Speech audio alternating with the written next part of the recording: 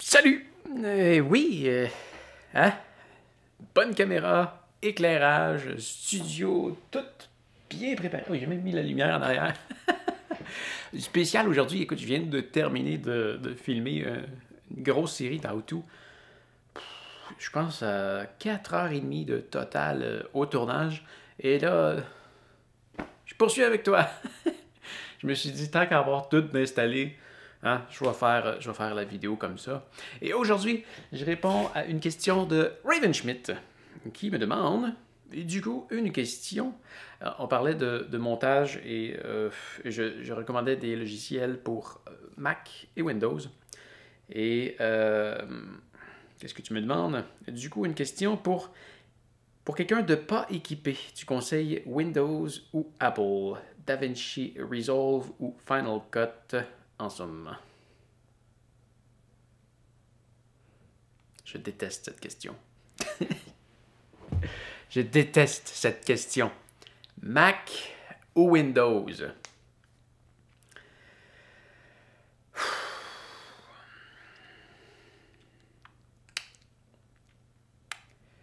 Euh, J'aime pas ça faire cette recommandation-là parce que c'est tellement énorme et chaque plateforme a ses avantages et ses inconvénients et je dirais qu'en gros, les deux, c'est de la merde. Alors, laquelle est la moins pire? Il y en a pas. Il y en a pas. Euh, c'est vraiment un choix personnel. C'est vraiment un choix personnel.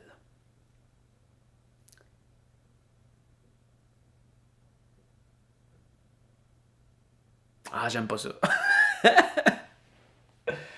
Euh, bon.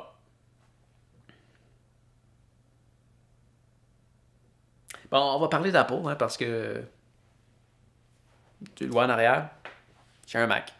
Euh, Ça fait depuis presque toujours. J'ai déjà eu des ordinateurs sous Windows, mais ça fait vraiment très. Je travaille avec des Macs depuis bien avant que ça soit populaire. Qu'est-ce qui m'a amené chez Apple? C'est, tu sais, j'ai toujours aimé la qualité et Apple fait des produits de qualité. Je pense que c'est la première chose qui m'a attiré chez Apple. Ils font des produits qui sont, j'allais dire, très bien construits, mais en même temps, il y a tellement de trucs qui ne le sont pas. Mais le produit, le toucher, l'expérience de l'usage en général est vraiment très très bonne.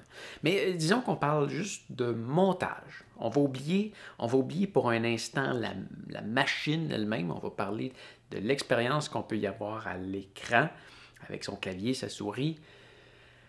Euh, Définitivement, si tu commences à faire du montage, que tu n'as aucune expérience là-dedans, que tu n'as même pas de matériel, qu'il faut que tu t'équipes de toute façon pour faire du montage, le meilleur logiciel que je peux te recommander, c'est iMovie. Et du fait que iMovie est seulement disponible sur Mac, ben, je vais te recommander un Mac. On dirait qu'il s'est passé quelque chose en arrière. Je fais des transferts. Euh, iMovie est une plateforme super simple à utiliser. Tu prends ton film, tu le déposes dedans, euh, tu fais tes coupures.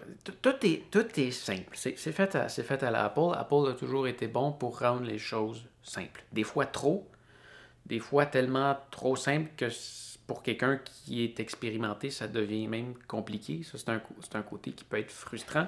Mais si tu veux commencer à faire du montage, le meilleur logiciel que je peux te recommander, c'est iMovie. Et c'est gratuit. iMovie est gratuit, ça te prend. Il faut juste que tu achètes un Mac. Le jour où iMovie sera plus suffisant pour toi, c'est-tu un exemple de ce que tu es capable de faire avec iMovie? Euh, Écoute, pendant que j'étais au Japon, pendant que j'étais au Japon, tout ce que j'ai monté, c'était avec iMovie. Là, je parle pas du montage documentaire, là, mais les vlogs que je faisais au Japon, je les montais sur un petit laptop comme ça. En fait, c'était lui. C'est le laptop que j'avais au Japon. C'est un MacBook Air. Et ça travaillait super bien. Dans le temps, c'était en HD, mais c'est un ordinateur qui date de 2013 ou 2014, celui-là. Et tu vois, on est en 2021 et c'est encore lui que j'utilise pour répondre à mes commentaires le matin. Il ferait encore très bien du montage en HD. En 4K, on oublie ça. En fait, il pourrait, mais ça serait tellement long et pénible qu'on oublie ça. Mais encore aujourd'hui, en 2021, l'ordinateur que j'ai acheté en 2013, fin 2013, début 2014, ferait encore très bien le travail pour faire du montage en HD. Alors, ça, c'est un autre point que j'aime. La machine, elle dure longtemps. Elle dure longtemps.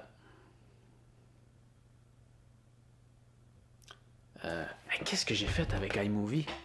J'ai étudié avec un logiciel qui s'appelle, quand j'étais à l'école, j'ai travaillé avec un logiciel qui s'appelait Avid Media Composer. C'est avec lui que j'ai fait mon documentaire sur le Japon. Mais quand j'ai voulu sauter au HD, j'ai longtemps travaillé avec iMovie. Qu'est-ce que j'ai monté avec iMovie?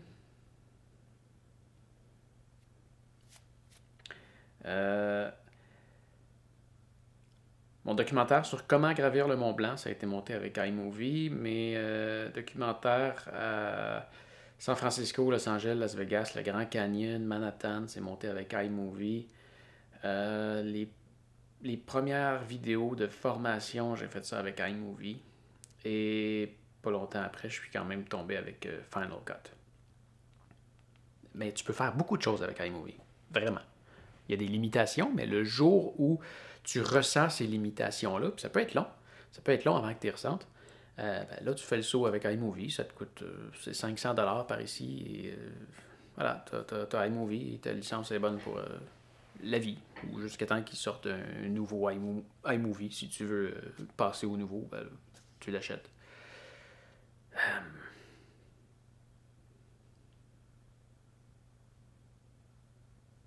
Ouais, la plateforme de macOS, personnellement, je trouve qu'elle est très agréable à utiliser.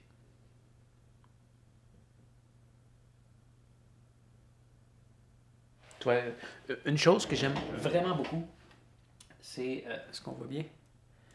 Tu vois, c'est ça. Avec le bouton contrôle et avec les flèches, je suis capable de passer d'une fenêtre à l'autre. Donc, je suis capable de me faire plusieurs bureaux de travail. Ça, ça c'est le plus gros point positif de Mac. C'est le fait que tu peux avoir plusieurs bureaux. Oui, je sais, sur Windows, tu peux faire Alt-Tab et passer d'un logiciel à l'autre. C'est pas pareil. C'est pas pareil parce que là, tu as carrément plusieurs espaces de travail. Je peux en mettre 16 côte à côte. Je m'en sers, en tout temps, j'en ai 4. J'en ai 4, je me sers de 4 espaces de travail. Sur chacune de mes écrans. Celle-là est brisée, il faut que je la remplace. Ben, tu vois, ça c'est un vieux iMac, il a vécu 10 ans. Donc l'écran est mort la semaine passée. Cette semaine, la semaine passée, en tout cas, ça fait pas longtemps qu'elle est morte. Et ce iMac-là est mort après 10 ans. Ce qui est excellent. Ce qui est excellent en considérant tout le temps d'utilisation que la machine a là en plus. C'est pas un ordinateur qui a servi 2-3 jours par semaine, c'est un ordinateur qui a servi de façon très intense. Pour une bonne partie de sa vie, du moins. Donc, je suis capable d'avoir 4 bureaux différents par écran. Ça c'est quelque chose que j'aurais de la misère à me passer en allant sur un PC Windows. Dans le fond, la seule raison pour laquelle je ne suis pas capable de recommander un ordinateur Apple, c'est parce que c'est une très mauvaise compagnie. C'est une très mauvaise compagnie parce que, bon, ils l'ont avoué, ça a été prouvé à plusieurs reprises, ils font de la désuétude contrôlée. Mais quand même, quand même. Hein, j'ai un ordinateur là qui a fait 10 ans. Les iPhones, je les ai quand même... dans le temps que j'avais des iPhones, ils ont quand même duré longtemps. Lui, il l'a acheté en 2013-2014. Il est encore bon. Mais bon, dans certaines situations, ils font de la désuétude contrôlée. Et c'est une très mauvaise compagnie au niveau du service à la clientèle. Et j'ai été surpris. Il y a quelqu'un qui m'a écrit dans les commentaires dernièrement qui était surpris que je dise ça parce qu'il y a eu un super bon service en France. Je ne sais pas si c'est différent en France. Mais il me disait que il était venu chercher son ordinateur chez lui, qu'il avait envoyé dans les Pays-Bas, qu'il avait réparé, qu'il avait retourné. Mais ici, c'est pas ça du tout. Ici, c'est pas ça du tout. Écoute, si j'ai un problème avec mon ordinateur, cet ordinateur-là, je te dirai pas combien de milliers de dollars je l'ai payé, mais je l'ai payé plusieurs milliers de dollars. Vraiment beaucoup. Et tu peux aller voir si tu veux, c'est un iMac Pro, il est vendu sur le site d'Apple et j'ai rajouté des options. C'est pas celui de base. Tu vas voir, c'est cher. Et si après un mois, j'ai un problème avec et que je veux avoir du service, il faut que je fasse 1 heure de route pour me rendre au magasin le plus proche et 1 heure pour revenir. Et je vais devoir aller le rechercher une fois qu'il va être réparé. 1 heure de route, 1 heure de route. Donc, je vais avoir 4 heures de route au total à faire si jamais j'ai un problème avec cet ordinateur-là, si je veux faire une réparation sous garantie. Ça, en partant, c'est inacceptable.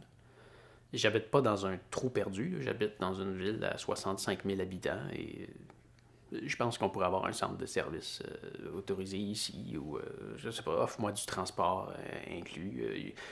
Le service n'est pas assez bon.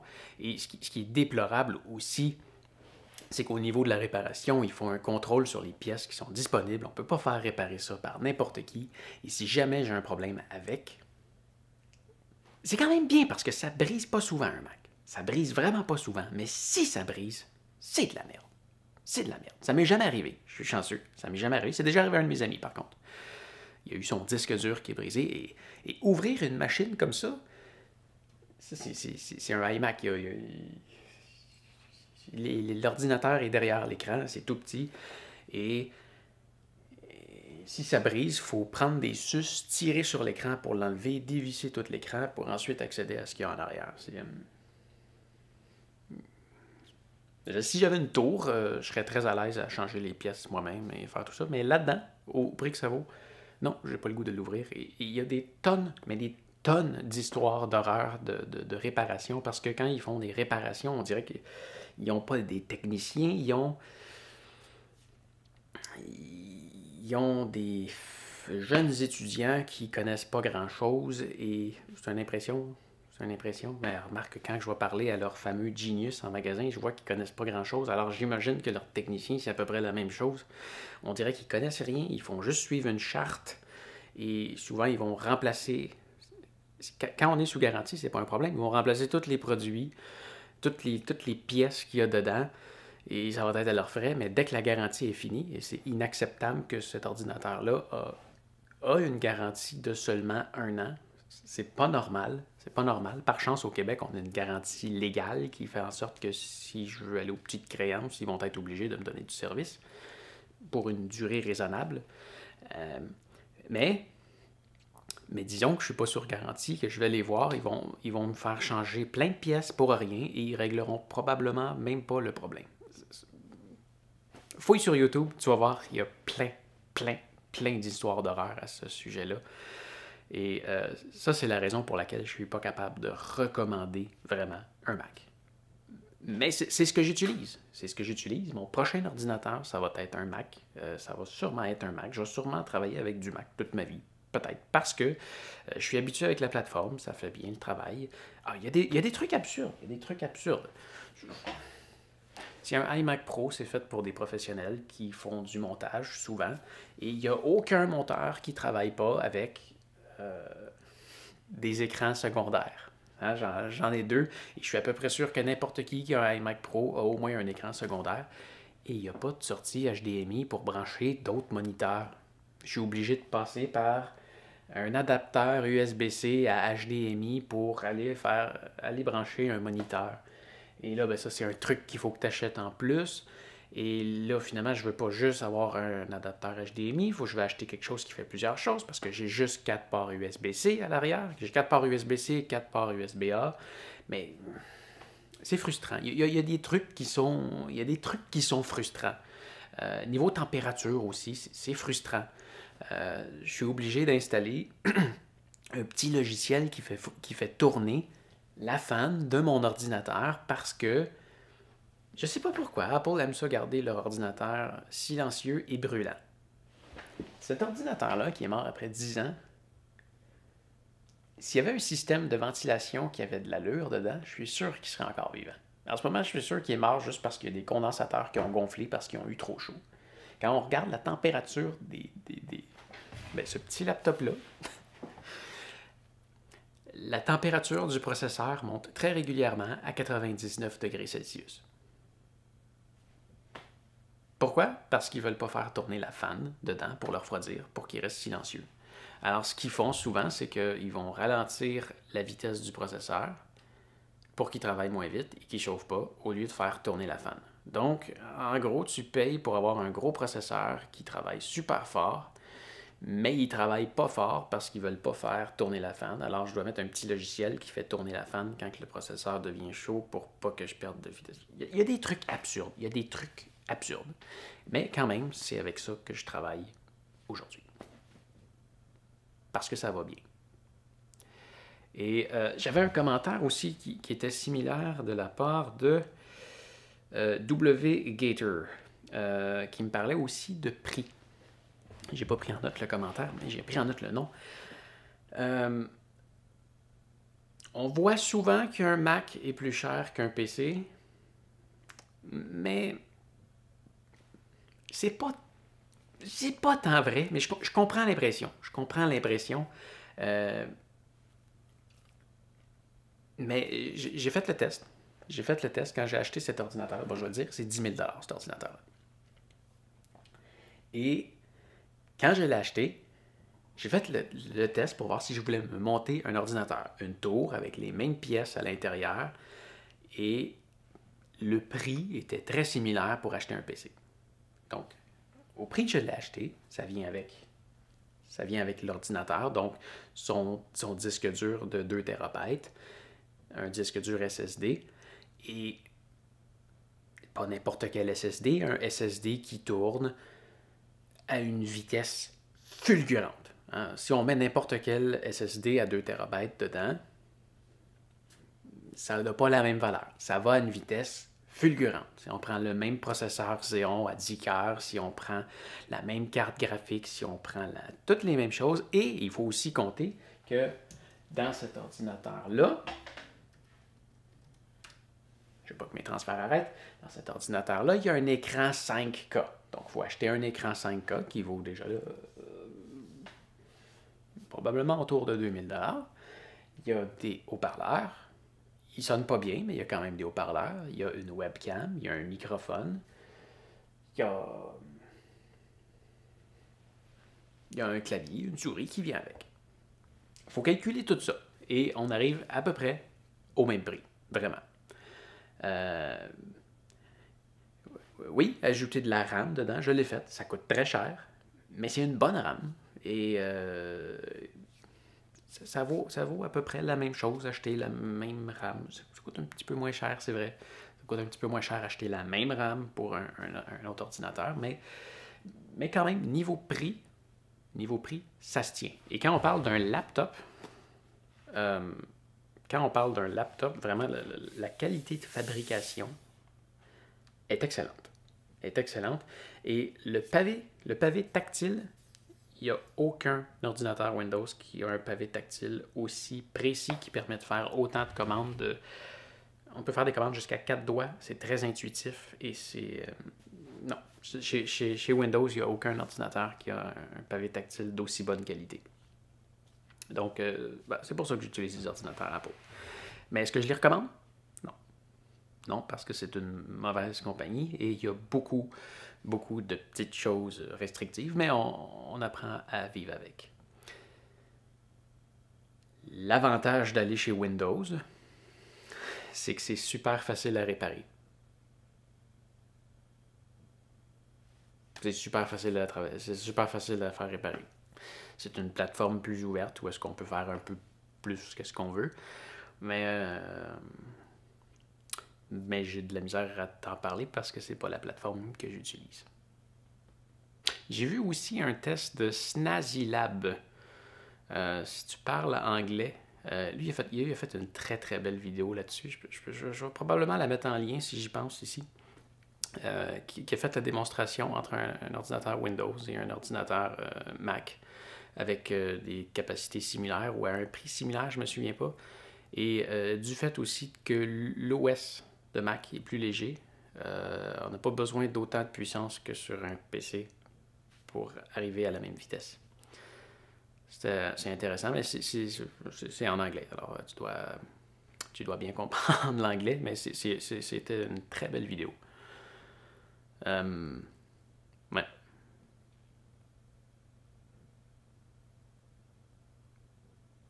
Ouais, vite comme ça, c'est mon opinion.